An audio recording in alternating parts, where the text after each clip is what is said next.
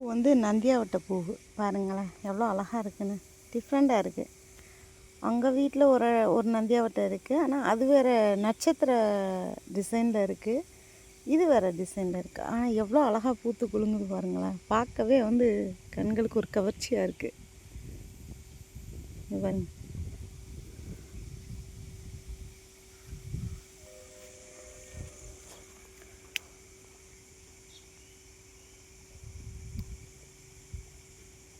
ஆனால் நல்லா இருக்குது பார்க்கும்போது. ஒரு கார்டன் அமைப்புங்கிறது வந்து எல்லாருக்கும் அமைஞ்சிராது. ஆனால் இதை பார்க்கும்போது அவ்வளோ ஒரு அழகாக, ஏதோ மனசு ஒரு அமைதியான ஸ்டேஜுக்கு போயிடுது.